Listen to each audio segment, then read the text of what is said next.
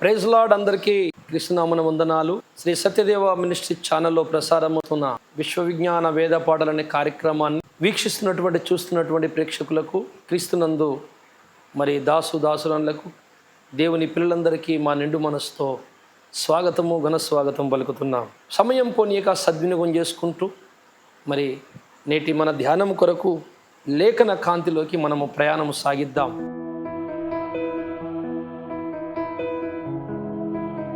Timothy రాసిన మొదటి పత్రిక 3వ అధ్యాయము 14-15 వచనాన్ని చదువుకుందాం. శీఘ్రముగా నీ యొద్దకు వత్తునని నిరీక్షించుచున్నాను. అయినను నేను ఆలస్యము చేసిన ఎడల దేవుని మందిరములో అనగా జీవము గల దేవుని సంఘములో జనులు ఎలాగూ ప్రవర్తింపవలెనో అది నీకు తెలియవలనని ఈ సంగతులను నీకు వ్రాయిచున్నాను. ఆ సంఘము సత్యమునకు స్తంభమును ఆధారమునై ఉన్నది. చాలు, చిన్న మాట ప్రార్థన చేసుకుందాం.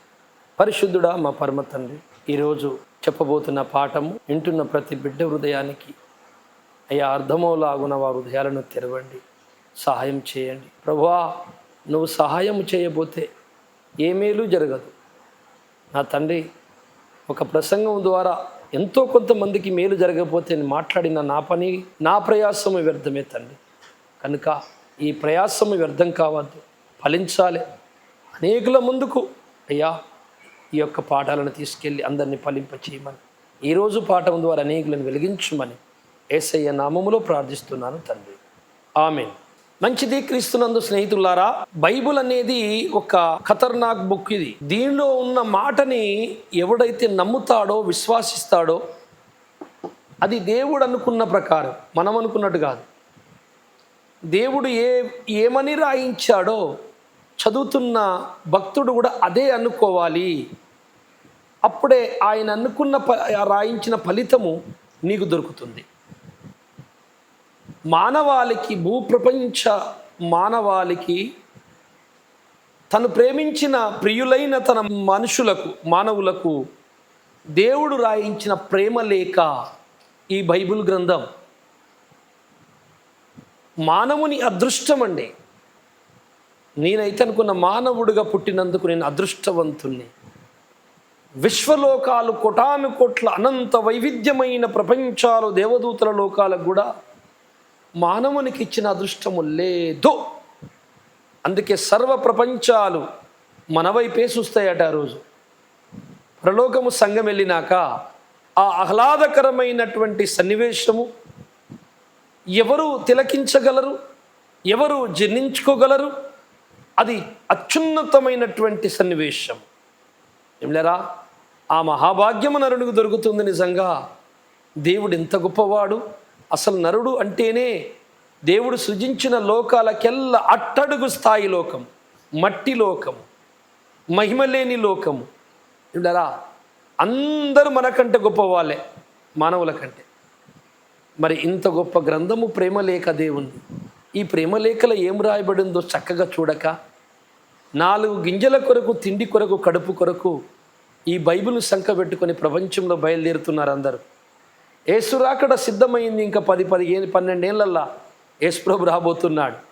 సంఘాన్ని శ్రమలకు సిద్ధపరచమంటే స్వస్థతలు, డ్రామలు, గారడి విద్యలు, మాయలు, తిండి, బట్ట, పొట్ట, రోగాలు. ఏమండి, వెంట్రుకలు తెల్లగైతాయి, నల్లగైతాయి, కిడ్నీలు బాగవుతాయి, చూపులు మంచిగా వస్తాయి. ఇంకా ఏంటండి, ఎప్పుడండి సంఘం సిద్ధపడేది? మీరు ఎన్ని డ్రామాలు చేసినా, ఎన్ని లెక్కలు చేసి దేవుని పనిని ఎంత చెడగొట్టినా, ఎన్ని పందికొక్కులు దేవుని ఇంటికి తలిగినా, 1 గంటలో అన్ని ఉక్కులగొట్టి సరి చేసుకునే శక్తి దేవునికి ఉన్నది. అది అతి త్వరలో కడవరి వర్షంతో తయారు కాబోతుంది. రైట్. నేను సంఘము అనే మాట, భూలోకములో ఎత్తబడే సంఘానికి ఎంత గొప్ప భాగ్యమో చెప్పాలంటే 20 గంటలు 25 గంటలని సబ్జెక్ట్ చెప్పినా ఉడవదండి. కానీ ఒక చిన్న విషయం అందులో నాకు 25 గంటల ప్రసంగం ఉంది సంఘం గురించి చెప్పడానికి. కానీ అందులో ఒక చిన్న పాయింట్ మీకు జ్ఞాపకం చెప్తా. ఎందుకంటే యూట్యూబ్లో గంటలు చెప్తే వారు వినట్లేదు. అట్లీస్ట్ నా ధర్మము నేను పుట్టినందుకు ప్రభువా, కొంచెం నాకు తెలిసిందన్న కొంతనన్న నేను అందియాలి అనే ఆశతో నా డ్యూటీని నేను చేస్తున్నాను. నా వీడియో ద్వారా ఒక 4 రక్షింపబడరా, అంతే చాలు. నాకు తెలియకుండా ప్రపంచంలో నా తండ్రి దగ్గర జీతం దొరుకుతుంది. చదవబడిన లేఖన భాగంలోని మాటని మిమ్మల్ని ఈ కొంచెం దూరం ప్రయాణం చేసిన తర్వాత మీకు సత్యం అర్థమైతే జాగ్రత్తగా ఆలకించండి. తిమోతి రాసిన ఈ 3వ అధ్యాయంలో మనం చదవబడినటువంటి 14-15 వచనంలో ఒక మాట ప్రప్రథమంగా మనకు ధ్వనిస్తున్నది. ఆ మాట ఏంటంటే, సంఘము సత్యమునకు స్తంభము ఆధారమై ఉన్నది. ఈ మాట నోట్ చేసుకోండి. ఇక సంఘము సత్యమునకు స్తంభము ఆధారమై ఉన్నది. ఆధారమన్నా స్తంభమన్నా రెండు ఒకటే. ఆధారమన్నా స్తంభమన్నా రెండు ఒకటే. ఎందుకంటే ఒక పిల్లర్ లేదా ఒక స్తంభం పైకప్పుకి ఇట్లా మోపు పెట్టినప్పుడు ఆ పైన ఉన్నదంతా దాని మీదనే ఆధారపడి ఉంటుంది. సంఘము ఒక స్తంభం అయితే ఆ సంఘము మోస్తున్నది సత్యం అనే స్లాబ్ని. కనుక సంఘము సత్యానికి ఆధారం అనగా సత్యము నిలబడటానికి కారణమై ఉన్నది. సత్యము నిలబడటానికి సంఘము కారణమై ఉన్నది. ఒకవేళ సంఘమే పక్కకి వెళ్తే సత్యము కూలుతుందని అర్థం. అట్టనే వస్తుంది అర్థం. మరి ఈ విచిత్రమైనటువంటి మాటలు ఏంటి? అసలు సత్యం అంటే ఏంటి? ఈ సంగతి మనం బాగా ఆలోచించుదాం. యోహాను సువార్త 14:6లో ఏమున్నది? యేసు నేనే మార్గమును సత్యమును జీవమును. చాలమ్మ, యేసయ్య అంటున్నాడు నేనే మార్గమును సత్యమును జీవమును. సత్యమును యేసుక్రీస్తే సత్యం. ఇప్పుడున్నటువంటి భూప్రపంచ క్రైస్తవులందరూ సత్యమును తెలుసుకున్న వారు ఎంతమంది? సత్యము అనే వ్యక్తి గుణము తెలుసుకున్న వారు ఎంతమంది? సత్యం అనే యేసుని తెలుసుకున్న వారు ఎంతమంది? చాలామంది యేసుని తెలుసుకున్నారు కానీ యేసు చిత్తాన్ని, యేసు బోధను, యేసు ఆలోచన విధానాన్ని ఎవరు తెలుసుకోవాలి? మరి ఏది సత్యం? యేసుక్రీస్తు పేరు తెలుసుకొని చర్చి కట్టుకొని యేసు పేరు చెప్పుకొని బతుకుతే యేసు ప్రభు అనేవాడు ఒక ఆయన ఉన్నాడు, ఆయన దేవుడట, స్వస్థపరుస్తాడు, బాగు చేస్తాడు అనే ఇంత దేవుని పేరు తెలుసుకొని బతుకుతే పరలోకం పోతామా? వేద పండితులు వేదాలలో ఒక మాట అన్నారు, బ్రహ్మతత్వం నా జనితి తరివిపాక రసంయత. చూశారా? చతురో వేద ఇన్సర్వ శాస్త్రజ్ఞ నకషం బ్రహ్మతత్వం నా జనతి ధరివిపాక రసంయత. చతురో వేద 4 వేదములు. చతురు అంటే 4 వేదములు. 4 వేదములు సమస్త శాస్త్రములు పలుమారులు చదివినను సృష్టికర్త బ్రహ్మ అనగా సృష్టికర్త, బ్రహ్మతత్వం అనగా దేవుని గుణము, ఆయన ఆలోచన ఎరగనివాడు, పప్పు రుద్దుతున్న తెడ్డు లాంటి వాడు అంటున్నాడు. ధరివి పాక రసముయత. పాకము కలుపుతున్న తెడ్డుకి ఎలా ఉన్నది అని అడిగితే తెడ్డేమన్నా చెప్పగలదా? ఏమీ లేదు. అలాగే ఇన్ని శాస్త్రాలు చదివినా, వేదాలు చదివినా ఆ పరమాత్ముని తత్వం ఒకటి ఉన్నది. ఆ తత్వమును తెలిసిన వాడే ఫలిస్తాడు అంటున్నాడు ఆయన. క్రీస్తు పేరు తెలుసుకుని బతుకుతున్న వాళ్ళే ఉన్నారు, కానీ క్రీస్తు తత్వమును తెలుసుకున్న వారెవరు? ఆయన గుణమును తెలుసుకున్న వారెవరు? గుణము తెలిసిన వాడు నిమ్లరా ఈ లోకములో పబ్లిక్లో గొప్పవాడు ఎప్పుడు కాడు, కానీ దేవుని దృష్టికి గొప్పవాడుగా భూమి మీద వర్ధిల్లుతాడు. ఆ మాటలు వేరుంటాయి, ఆ ప్రసంగాలు వేరుంటాయి, ఆలోచన విధాలు వేరుంటాయి. ఏదైనా ఆయన కొరకు వదులుకోవడానికి సిద్ధంగా ఉంటాడు, కానీ ఇక్కడి వాటిని సమకూర్చుకున్నటకు, తన దగ్గరికి వచ్చిన వారిని కాపాడుకున్నటకు కొత్త డ్రామాలు చేయడు. కనుక సత్యమైన ఈ వ్యక్తిని ఎంతమంది తెలుసుకున్నారు? నేనే సత్యమును. ఈ సత్యాన్ని ఎలా తెలుసుకోవాలంటే ప్రసంగి 7:24 వచనాన్ని ఒకసారి చదువుకుందాం.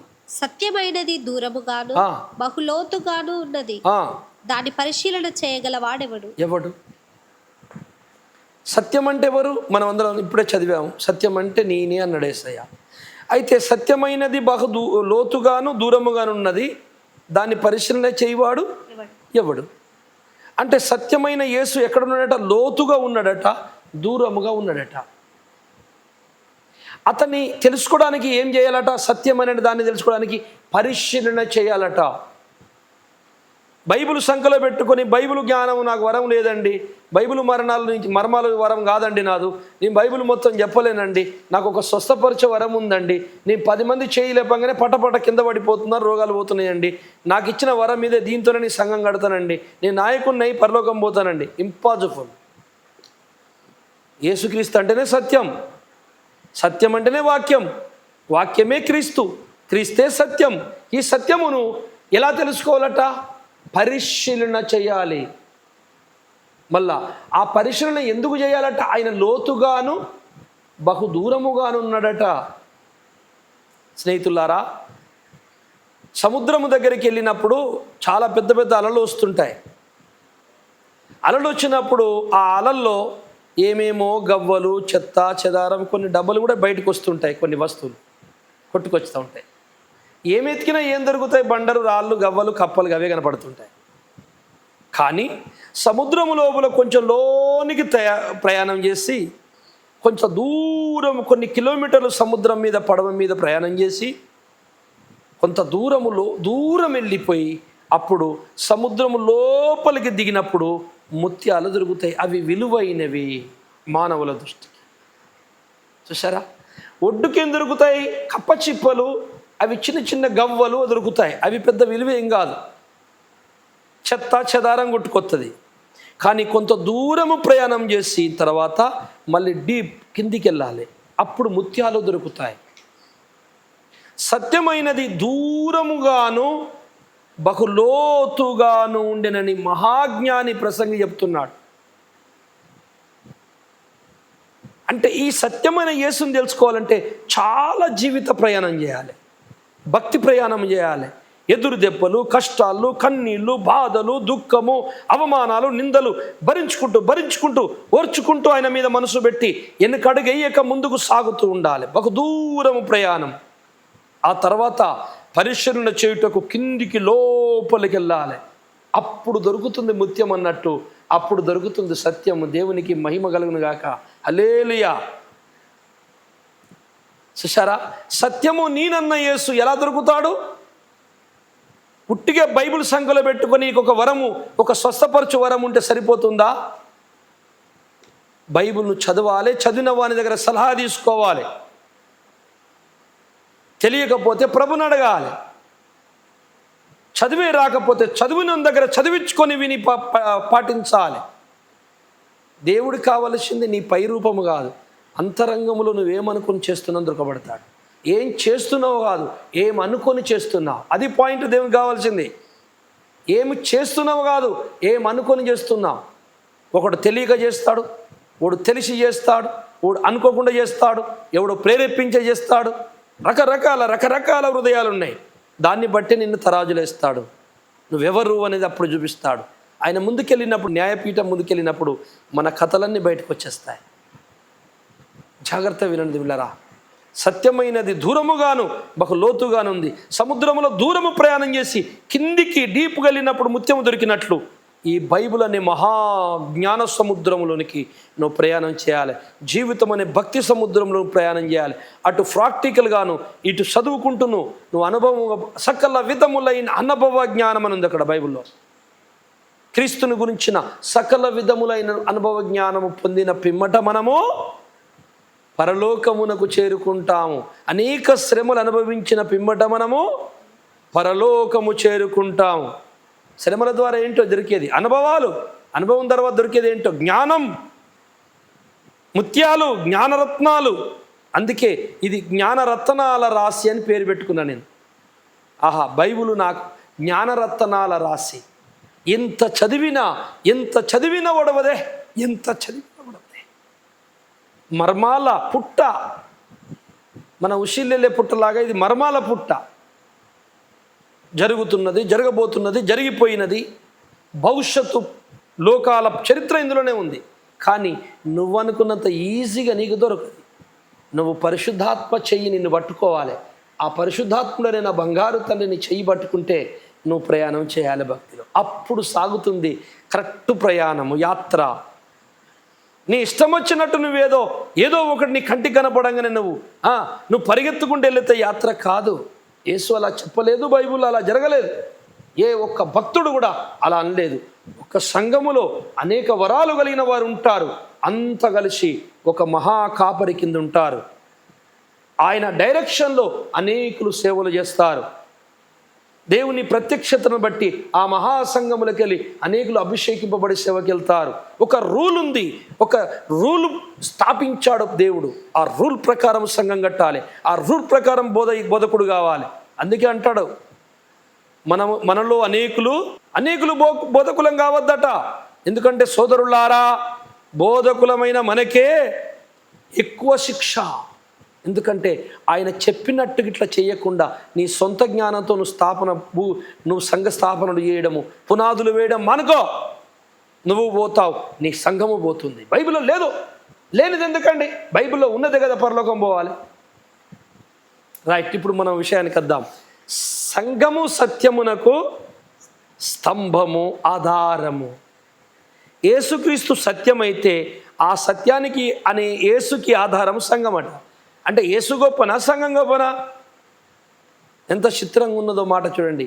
సంఘము యేసు రక్తం పెట్టి కొనుక్కుంటే వచ్చింది. సంఘం అంటే ఒక పాపి మానవులను యేసయ్య కష్టపడి కొనుక్కుంటే వచ్చింది. కనుక ఆయన లేకపోతే సంఘం ఎక్కడా? ఆయన లేకపోతే మానవునికి రక్షణ ఎక్కడా? మానవుడు గొప్పవాడా, జ్ఞానియా, మంచివాడా? నీతిమంతుడు లేడు, ఒక్కడు లేడు. యేసు రక్తమే లేకపోతే ఒక్క వ్యక్తి లేడు భూమి మీద యేసయ్యకి, నీతిమంతుడే లేడు. సో ఆయన కష్టపడి నిన్ను కొన్నాడు కదా, నీ గొప్పతనం ఏంటి? తురుముకంతనం. అయితే ఆయన సంఘానికి ఆధారమై ఉన్నాడంటే మంచిగా ఉంటుంది. సత్యము సంఘమునకు ఆధారమై ఉండెను. సూపర్ వర్డ్, మంచిగా ఉండేది బైబిల్లో. ఏంటంటే ఉల్టా రాసిండు దేవుడు. సత్యము సంఘమునకు ఆధారమై ఉండెను. సత్యమే లేకపోతే సంఘమే లేదు, సత్యమనే యేసు లేకపోతే సంఘమే లేదని చెప్పుకుంటే ఎంత బాగుండేది. అలా లేదు. కానీ సంఘము సత్యమునకు ఆధారం, సంఘము సత్యమునకు స్తంభమై ఉన్నది, స్తంభమును ఆధారమై ఉన్నది. ఇది ఏంటి ఉల్టా ఉన్నది? సత్యాన్ని మోసి కాపాడేది ఈ సంఘమా? అయితే సంఘమే గొప్పనా, ఆ సత్యమే తక్కువనా? సంఘం లేకపోతే సత్యం నిలబడదా, పడిపోతుందా? ఈ సంగతిని మీకు కొంచెం చెప్పి ముగించేస్తాను నిమ్లరా. మొట్టమొదట సత్యము అర్థము కావాలంటే నిమ్లరా, 1 సామ్యుయేలు గ్రంథము 15వ అధ్యాయము 22వ వచనంలోకి ఒకసారి చదువుట. అందుకు సమూయేలు, తాను సెలవిచ్చిన ఆజ్ఞను ఒకడు గైకొనుట వలన యెహోవా సంతోషించున్నట్లు ఒకడు దహన బలులను అర్పించుట వలన ఆయన సంతోషించునా? ఆలోచించుము. బలులు అర్పించుట కంటే ఆజ్ఞను గైకొనుటయు, పొట్టేళ్ల క్రొవ్వు అర్పించుట కంటే మాట వినుటయు శ్రేష్టం. చాలు. బలులు అర్పించుట కంటే ఆజ్ఞ గైకొనుటయే శ్రేష్టం. చూశారా? ఆజ్ఞలు గైకొనుట అనేది ఒక వ్యక్తికి, భక్తునికి రావాలి. ఆజ్ఞలే నీకు అర్థం కాలే బైబిల్లో, ఇంకా గైకొనుడు ఎక్కడిది? అంటే నాకు ఇష్టం వచ్చినట్టు గైకొంటున్నా సార్, నాకు ఎట్లా అర్థమైతే అట్లా గట్టెత్తున్నా, అట్లా స్వార్థ చేస్తున్నా, అన్ని అద్భుతాలు చేస్తున్నా, పోతున్నా. బగ్గమంది వస్తాను సార్, చాలామంది వస్తాను. అది అమ్మ మాకు అవసరం లేదు. అది ప్రభువాను అనేకులు నా యుద్ధకు వచ్చేద్దరు, మీరెవరు నాకు తెలియదు, మీరు అక్రమం చేశారు. మేమేం చేశాం సార్? ఏం అక్రమం చేశాం? నీ పేరే కదా ప్రకటించాం. నా పేరు ప్రకటించి అద్భుతాలు చేశారు కానీ అక్రమం చేశారు. ఏంటో తెలుసా? క్రమమైన నా వాక్యాన్ని అక్రమముగా వాడుకున్నారా మీరు. అందుకే మీరెవరో నాకు తెలియదు. అదే ఆజ్ఞలు గైకొనుట అంటే నీకు ఆజ్ఞలే తెలివయ్యా. ఎలా గైకొంటావు అంటే నాకు ఇష్టం వచ్చినట్టు గైకొంటా, అది కుదరదు. ఆయన చెప్పినట్టు గైకొనాలి. ఈ మాటలు బైబిల్లోవి ఏ మనుషుని ఇచ్చను బట్టి, మనుషుని తెలివిని బట్టి రాయబడలే సుమి, పరిశుద్ధాత్మ ప్రేరేపణతో రాశారు. చేతులు మనుషులయ్యే, రాయించిన వాడు పరిశుద్ధాత్ముడు. ఇంత గొప్ప గ్రంథము ఆ వ్యక్తి నీకు లేకుండా నీకెట్లా అర్థమవుతుంది? ఎవరినో చూసి నువ్వు పునాదులు వేస్తావా? బైబిల్ను చూసి, వాక్యాన్ని చూసి పునాదులు వేసుకో. నువ్వు నశించకు, అనేకులు నశింపజేయకు. ఇది దేవుడిస్తున్న ఆజ్ఞ, దేవుడిస్తున్న హెచ్చరిక. ఈరోజు కడవరి దినములో దేవులరా, దేవుడు సంఘాన్ని మనము దేవుని కొరకు సిద్ధపరచాలి, శ్రమల కొరకు సిద్ధపరచాలి. స్వస్థతలు అనుకుంటా, మాయలు చేసుకుంటా సంఘాన్ని కట్టకండి. యేసుప్రభు రాబోతున్నాడు, శ్రమలు రాబోతున్నాయి, అబద్ధక్రీస్తు రాబోతున్నాడు, ముద్ర పట్టుకుని వస్తాడు. 666 ప్రాణాలను పోగొట్టుకోండి కానీ ఎవడ ముద్ర వేసుకోవద్దని సిద్ధపరచండి సేవకులారు సంఘాలని. ఇది ఒక 10 yearsలో జరగబోతుంది. నువ్వు ఇంకా మాయలోనే ఉన్నావా? ఇంకా నువ్వు కిందెత్తేస్తున్నావా? ఇంకా నువ్వు టచ్ అంటున్నావా? ఇంకా మాయ చేస్తున్నావా లోకంలో? మార్చుకోండి అంటుంది బైబిల్, నేను కాదు. వీటి గురించి చెప్పాలంటే కొన్ని గంటల ప్రసంగం తిరుగులేని వచనాలతో చెప్పగలను, కానీ సమయము లేదు. నమ్మితే నమ్మండి, లేకుంటే లేదు. నేను ఎవరికి శత్రువు కాదు, సాతానికే శత్రువుని. వాని ఫ్రెండ్స్ అయితే మీరు శత్రువులు అయిపోతారు. చీకటికి వెలుక్కి పొత్తు లేదు దింలరా. ఇది నిజం, నేను చెప్పేది లేఖనంలో ఉన్న సారం చెప్తున్నా. మీరేమో లేఖనం లేని సేవ చేస్తున్నారు చాలామంది. వాళ్ళందరి కొరకు మనం ప్రార్థన చేద్దాం. మార్పు రావాలి. ఎందుకంటే కడవరి వర్షం అనే పరిశుద్ధాత్మ దేవుని పంపుతా అన్నాడు. ఆ కడవరి వర్షం మన భూప్రపంచం మీద కురవాలి. సంఘాలలో ఉజ్జీవం రావాలి. పగపగ మండాలే ప్రార్థన పరులు. అందరిలో సత్యాసక్తి పుట్టాలి. అబద్ధం అంతా కూలిపోవాలి. అబద్ధ బోధలని అవమానం అనే నురుగ్గక్కాలని ప్రార్థిస్తున్న రోజు నేను. నాకు సత్యం అంటే ప్రాణం. అందుకే నా సంఘం పేరు, నా జీవితం మొత్తం, నా ఉనికి మొత్తం సత్యమే అని పెట్టుకున్న పేరంతా. ఏమన్నారా, సత్యం అంటే నాకు చిన్నతనం నుంచే సత్యం అంటే బాగా ఇష్టం. అబద్ధం అంటే నాకు ఇష్టం ఉండకపోయేది. సత్యములో ఏదో ఉంది అనుకునేవాడిని. లాస్ట్గా సత్యమైనడు దొరికిండు. నిజంగా నేను నమ్మింది ధన్యుండ్రా అనుకున్నా నేను. ఆయన నేనే సత్యం అనగానే నా ప్రాణము నూతనమైపోయింది. అబ్బా, సత్యం అనే మాట నాకు చాలా ఇష్టం ఉండేదే. ఈ సత్యం క్రీస్తా. ఎందుకండి మనం నశించి నలుగురు నశించేసు. మన తప్పును మనం ఒప్పుకొని శిరస్సు వంచితే ఆ బంగారు తండ్రి మనల్ని క్షమించి అందరినీ రక్షిస్తాడు. ఏదైనా ఇప్పటి వరకు ఏదైనా తప్పుడు బోధిస్తున్నట్లయితే ఇది తప్పని తెలవంగానే నేను శిరస్సు వంచి వాళ్ళ కాళ్ళు గడిగి నేర్చుకొని నేను మార్చుకుంటా. రెడీ ఎల్ల వేళలా. ఇది నా హార్ట్ఫుల్గా దేవుడు నేను రోజు అడుగుతా, తండ్రి నేను బోధించే బోధనలో కానీ, నేను చేసే ప్రార్థనలో కానీ, నా ప్రవర్తనలో కానీ, నా పరిపాలనలో కానీ, నా సేవలో కానీ ఎక్కడైనా పొరపాటు ఉంటే నువ్వు తెలియపరచో, నేను మార్చుకుంటాను. చెప్పకపోతే తండ్రి మీదే తప్పు అవుతుంది. మరి నేనైతే మార్చుకోవడానికి సిద్ధంగా ఉన్నాను. డైలీ అడుగుతా, నేను రోజు అడుగుతా. అందుకే నాకు నా పరమాత్ముడు ఎప్పటికప్పుడు నన్ను తప్పులకు అసలు పోనీయడే. ఏదన్నా వాక్యములో డౌట్ వచ్చిందంటే నాకు ఎవ్వరూ చెప్పరు. నా పరమాత్ముడే నా మనసులోకి తెస్తాడు, వాక్యం చూపిస్తాడు, నేర్చుకుంటా. అంతే. నాకు ఏ చదువు రాదు, ఏ బైబిల్ కాలేజీ తెలియదు, నేను ఎవరి దగ్గరికి పోలేదు, నాకు ఎవరు తెలియదు. యేసు తెలుసు, బైబిల్ తెలుసు, ఆ పరిశుద్ధాత్ముడు తెలుసు. బస్ అంతే. ఏమిరా, సత్యమునకు స్తంభమైన ఈ సంఘం, ఆ సత్యం అనే వాక్కు, ఆ మాటని గైకొనుట వలన దేవుడు సంతోషిస్తాడు. ఆ వాక్కులే నీకు తెలియనప్పుడు నువ్వు ఎలా గైకుంటావు? రైట్. ఇప్పుడు మన అసలు విషయం, ఈ సత్యానికి ఈ సంఘం ఎలా స్తంభమైంది అంటే, ఇప్పుడు సత్యాన్ని మోసి సత్యాన్ని కాపాడేది సంఘం అయితే మరి సత్యము గొప్పనా సంఘం గొప్పనా? సత్యం ముందా సంఘం ముందా? అంటే సత్యమే ముందు నాయన, పరమాత్ముడు, ఆ తర్వాతే సంఘం వచ్చింది. మరి సత్యము సంఘానికి స్తంభం అనాలే కానీ సంఘము సత్యానికి స్తంభం ఏంటి? ఎఫెసీ పత్రిక 1వ అధ్యాయము 22వ వచనాన్ని మనం చదువుకుందాం ఒకసారి. మరియు సమస్తమును ఆయన పాదముల క్రింద ఉంచి సమస్తము పైని ఆయనను సంఘమునకు శిరస్సుగా నియమించెను. ఆ సంఘము ఆయన శరీరం. మరియు సమస్తమును ఆయన పాదాల కింద ఉంచి, అంటే ఎవరు ఆయన?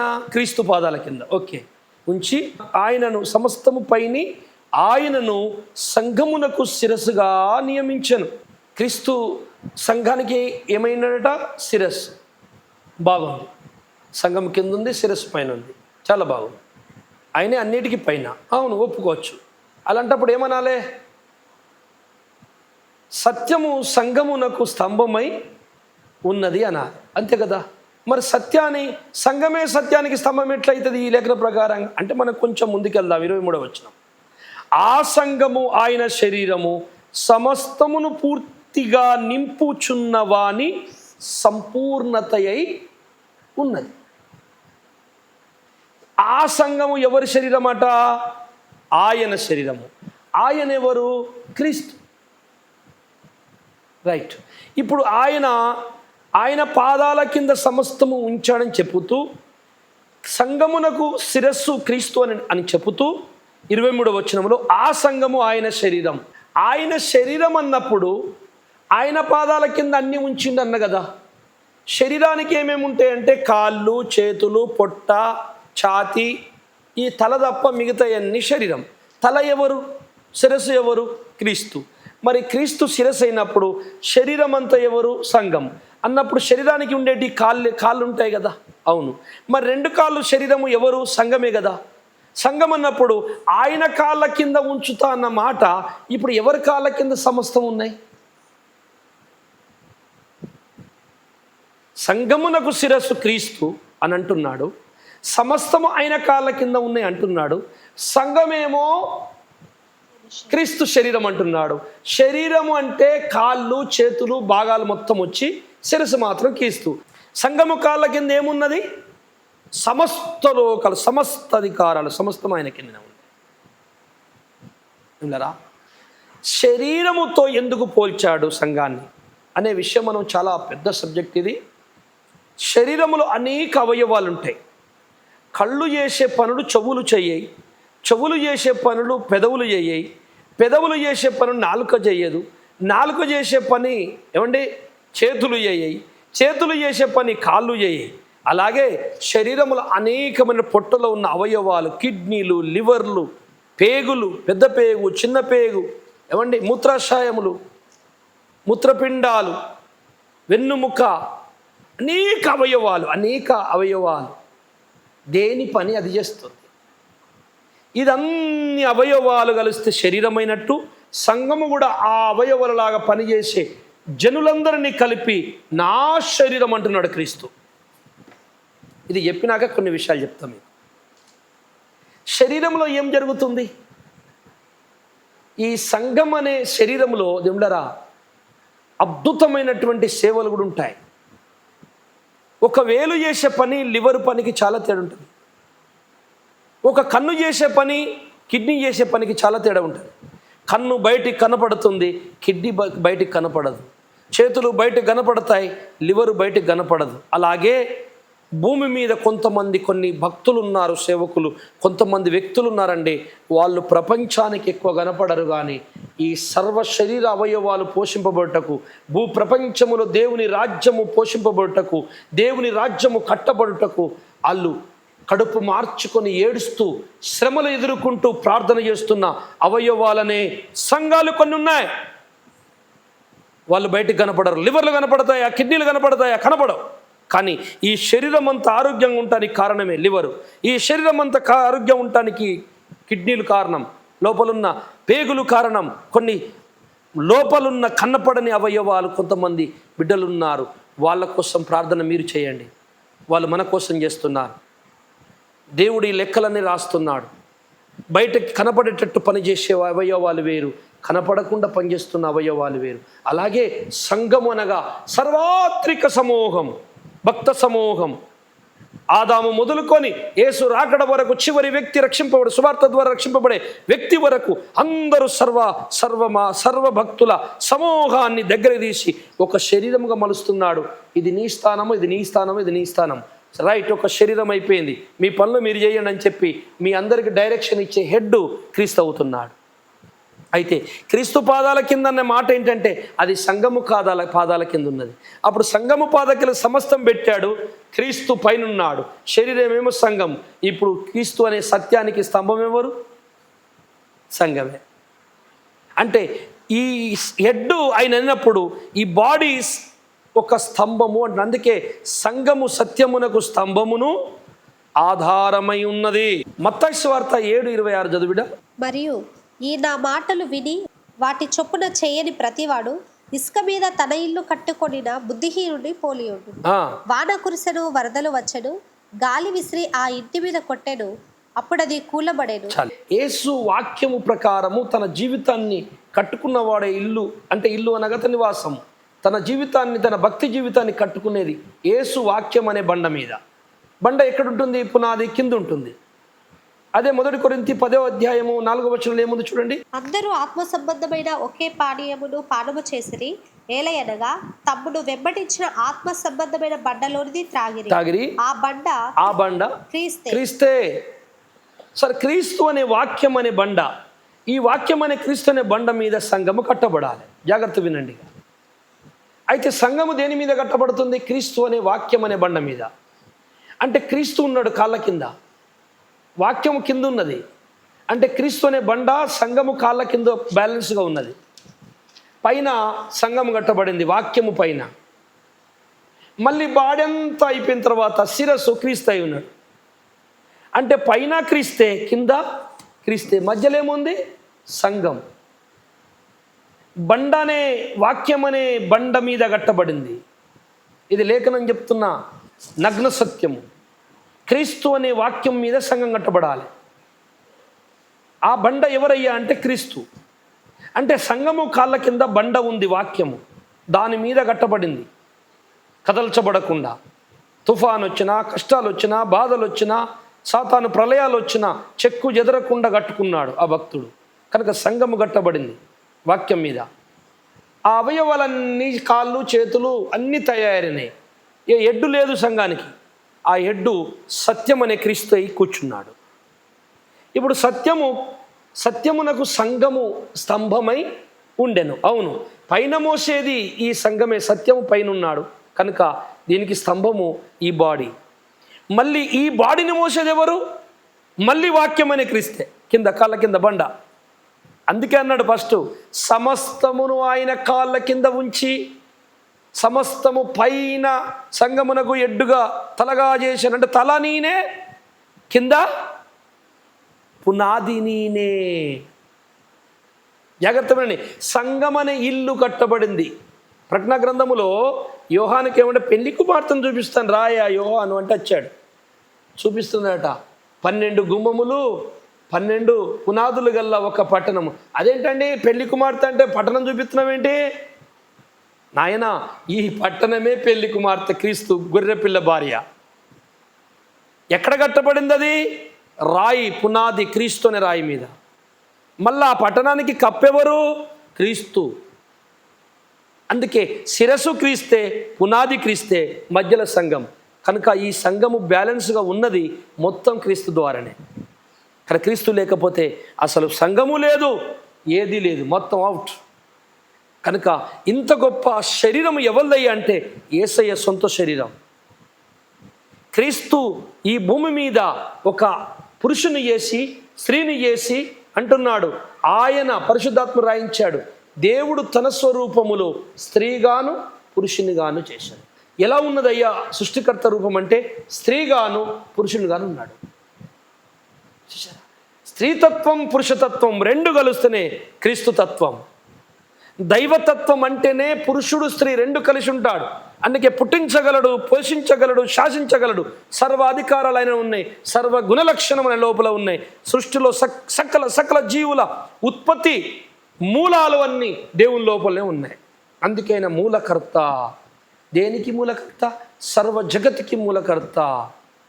ఈ అండపిండ బ్రహ్మాండానికి మూలకర్త, సకల ఉత్పత్తికి మూలకర్త, సకల ఉనికికి మూలకర్త. ఆయన లేకపోతే అసలు ఉనికే లేదు, ఈ ప్రపంచమే లేదు, లోకమే లేదు. అందుకే ఉన్నదంతయు ఆయన ద్వారానే ఉండెను. ఆది యందు వాక్యముండు, వాక్యము దేవుడైన, వాక్యము దేవుడై ఉండెను. సమస్తమును ఆయన మూలము కలిగిన, లేకుండా ఏదీ కలగలేదు. కనుక దేవుళ్ళ అతిశయం ఎక్కడిది? ఇక సంఘానికి అతిశయం ఎక్కడిది? ఓ సంఘమా, నిన్ను మోయిచున్నది క్రీస్తు అనే బండే. ఓ సంఘమా, నిన్ను బతికించి నడిపిస్తున్నది క్రీస్తు అనే తలే. నీకు ఏమీ లేదు రుబాబ్, నువ్వు అతిశయించకూడదు. కేవలము ఆయన నిన్ను శరీరముగా ఎంచుకున్నాడు, నువ్వు వర్క్ చేసుకోగంతే. మానవులకి ఎంత అదృష్టము, పరమాత్ముని శరీరముగా మారిపోతున్నారండి. మానవులకి ఎంత అదృష్టం, పరమాత్ముడు వాక్యమనే పరమాత్ముడు వాళ్ళని మోస్తున్నాడండి. అందుకే పరలోకము పట్టణములో అక్కడ సూర్యుడైనను చంద్రుడైనను అక్కడ లేదు, గొర్రె పిల్లయ్యే వారికి నిత్య దీపము వెలుగై ఉండును. ఇన్ని మర్మాలు చెప్పాలంటే 1 గంటలో అవుతుందండి? మీరు చెప్పండి. కంసెకము ఒక 300-400 వచనాలు ఇవ్వాలని ఈ సబ్జెక్ట్కి. 500 వచనాలు కూడా కావచ్చు, అంత పెద్ద సబ్జెక్ట్. ఎంత అదృష్టం! ఒకటే మాట చెప్తున్నా జనులారా, మనకు మానవులకు ఉన్నంత అదృష్టము ఎవరికి లేదు. గొప్ప అదృష్టం. ఎప్పుడు అదృష్టము? సత్యమునకు నువ్వు చెవినిచ్చి, సత్యమును ఇష్టపడి, పరిశీలన చేసి, నేర్చుకొని, సత్యము ఉన్న దగ్గరికి వెళ్ళి నేర్చుకొని బతుకుతేనే నీకు అదృష్టం. లేకుంటే లేదు. ఎందుకంటే సత్యమును మీరు పరిశీలన చేసి తెలుసుకోండి. అదే 1 కొరింథీ 3:16 చదవమ్మా. మీరు దేవుని ఆలయమై ఉన్నారని దేవుని ఆత్మ మీలో నివసించుచున్నాడని మీరు ఎరుగరా? ఎవడైనను దేవుని ఆలయమును పాడు చేసిన ఎడల దేవుడు వానిని పాడు చేయ. అది మానవుడు అనగా దేవుని క్రీస్తు భక్తుడు దేవుని ఆలయం అట. మీరు దేవుని ఆలయం. ఒక్కొక్క వ్యక్తిగత ఆలయాలు. ఈ ఆలయాలన్నీ కుప్పగూడినాక క్రీస్తు శరీరం, అదే దేవుని ఆలయం, సంఘం. ఆ సంఘం గురించి మాట్లాడాడు పౌలయ్య గారు తిమోతి పత్రిక. సత్యమునకది ఆ స్తంభమును ఆధారమై ఉండెను. కనుక సత్యము లేని సంగమా, సత్యము లేని భక్తుల్లారా, సత్యమనే క్రీస్తును నేర్చుకొని వాళ్ళారా, నువ్వు దేవునికి ఆధారం ఏంటి? నువ్వు దానికి స్తంభం ఏంటి? గాలికి కొట్టుకపోవు మేఘముల వలె ఉన్నారు మీరు. అకాలపు కాయలు రాలినట్టు. కాయలు కొన్ని కాస్తాయి, కాలము కాని కాలములో కాస్తాయి. అవి అకాలపు కాయలు అంటారు. అవి ఎప్పుడు రాలుతాయో తెలియదు. అవి తినడానికి కూడా పనికిరాదు. ఆ కాలంలో పండిన కాసిన కాయలకు పురుగు పడుతుంది లోపల తెలియకుండా. స్నేహితులారా, మనము అలా ఉండకూడదు. అలా ఉండొద్దని హెచ్చరించడానికి ఈ మాటలు చెప్తున్నాను. మనము సత్యములో కట్టబడాలి. సత్యమైన వానిని మన భుజం మీద మూసుకొని మొయ్యాలి.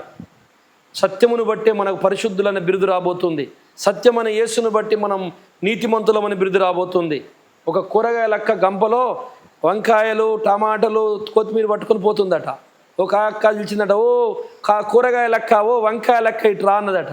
ఆమె వచ్చి, నా పేరు వంకాయ లెక్క కాదండి, మల్లక్క అండి అంటే. అవునమ్మా, నీ పేరు మల్లక్కే, నీ తలకాయ ఉన్నదేంటి? వంకాయలు కనుక అదే పెట్టి పిలుస్తాం. ఇప్పుడు నీ గంప కింద పెట్టే నీకు మల్లక్క అని పిలుస్తాం. అంటే మన తల మీద క్రీస్తు లేకపోతే, మనం హెడ్గా క్రీస్తు లేకపోతే నువ్వు పరిశుద్ధుడవు కాదు. ఎందుకంటే సత్యము ఆయన సత్యవంతుడు నీ తల మీద ఉంటే నువ్వు పరిశుద్ధుడవు, లేకపోతే నువ్వు ఎవడవో తెలీదు మాకంటున్నాడు ఆయన. సో దేవుడు రాకడ సమీపించింది. త్వరగా కష్టపడి సంఘం సిద్ధపరచండి సేవకుల్లారా, భక్తుల్లారా. సత్యం ఎక్కడుందో అక్కడికి వెళ్ళి నేర్చుకోండి. సత్య సంఘాల్లో స్థిరపరండి. అబద్ధాల దగ్గరికి వెళ్ళకండి. అన్యాయం అయిపోతారు, మోసమైపోతుంది. చెప్తున్నాను దుఃఖంతో. అన్యాయం అయిపోతారు. మీ పడ్డ కష్టం, మీ భక్తి అంతా వేస్ట్ అయిపోతుంది. మీ ఆశలు పరలోకం పోవాలి, మా తండ్రి దగ్గరికి ఉన్న ఆశలు వేస్ట్ అయిపోతాయి. అబద్ధమున్న కాడ, అబద్ధమునకు జనకుడు సాతాను. దేనికి తండ్రి? అబద్ధమును. అబద్ధ బోధున్న కాడ ఎవరుంటారు? సాతానే ఉంటాడు. ఎందుకంటే దానికి తండ్రి ఆడే కదా. వాడి దగ్గర మీరు ఉండకండి. మాయలు వదిలేయండి, గారడి విద్యలు వదిలేయండి, జిమ్మిక్కులు వదిలేయండి. క్రీస్తు కొరకు ప్రాణం పెట్టడానికి సిద్ధముగా అంటే. ఎందుకంటే కొద్ది రోజుల్లో అబద్ధ క్రీస్తు రాబోతున్నాడు అని స్టేజ్ తయారైంది. మధ్యప్రాచ్యంలో యుద్ధం అవుతుంది. యెరూషలేములో మందిరం కట్టబడుతుంది. దానియేలుకి ఇచ్చిన 9వ అధ్యాయం దర్శనం నెరవేరబోతుంది. ఇంకెన్ని రోజులు చూస్తారు క్రైస్తవులారా? ఇంకెన్ని రోజులు? ఇంకా ఇంకొక 1,00,000 సంవత్సరాలు, 1000 సంవత్సరాలు ఉంటుంది అనుకుంటున్నా భూలోకము. 10 సంవత్సరాలు ఉండవు. మహా గొప్ప అనుకోవాలి. నాకు తెలిసిన సత్యం మీకు చెప్పాను, నమ్మండి, ధన్యులు కండి. ప్రార్థన చేసుకుందాం. పరిశుద్ధుడా మా పరమ తండ్రి, నా హృదయములో ఉన్న చిన్న ఆలోచన భారాన్ని నేను పంచుకున్నానయ్యా. ఈ ఛానల్ ద్వారా ఈ వీడియో వింటున్న ప్రతి ఒక్కరి హృదయములో పరిశుద్ధాత్మాభిషేకము దిగవచ్చునుగాక. అందరిలో బగబగబగమని సత్యాసక్తి మండునుగాక. అబద్ధముని గుర్తుపట్టే జ్ఞానం అందరికీ వచ్చునుగాక. అబద్ధాలను గుర్తుపట్టే జ్ఞానము నా దేవుడు అందరికీ ఇచ్చునుగాక. సత్యమును గుర్తుపట్టే జ్ఞానము దేవుడు అందరికీ ఇచ్చునుగాక. అందరికీ ఇయ్యండి తండ్రి. తప్పించి కాపాడు. సత్యములకు తీసుకురా తండ్రి. సత్యానికి స్తంభం కదా సంఘము. సత్యమే లేకపోతే, క్రీస్తే లేకపోతే అది సంఘం ఎట్లయితుంది అయ్యా? ఈ మాయల విద్యలన్నీ అయ్యా తొలగించేయండి అయ్యా. సమయం లేదు అయ్యా. అబద్ధ బోధలు కావాల్చుకొని అబద్ధాలు బోధిస్తున్నా వ్యక్తుల అవమానమని నురుగుగట్టిపోదురుగాక. వారి బారిన పడిన అమాయకులందరూ గుర్తుపట్టి బయటకు వచ్చి సత్యములో చేరుదురుగాక. సేవకులు, సేవకురాళ్ళు, భక్తులు, అమాయకులందరినీ బయటికి తీసుకురండి తండ్రి. అన్నిటికీ కుదురుబాటు కారణమని లేఖనము నెరవేరునుగాక తండ్రి. సత్యమే అఖండ జ్యోతి అయి ప్రపంచమంతటా ప్రకాశించునుగాక. అబద్ధ బోధలు కూలిపోవునుగాక తండ్రి సహాయం చేసి కాపాడి దయచూపుమని నీ పాదాలు పట్టి వేడుకుంటూ మరొకసారి క్రీస్తు పేరిట ఈ కార్యం చేయమని వేడుకుంటూ ప్రార్థిస్తున్నాను తండ్రి. ఆమేన్, ఆమేన్, ఆమేన్. మంచిది, అందరికీ వందనాలు. దేవుని చిత్తమైతే మరొక దినం కలుసుకుందాం. అంతవరకు సెలవు. దేవుని స్తుతి.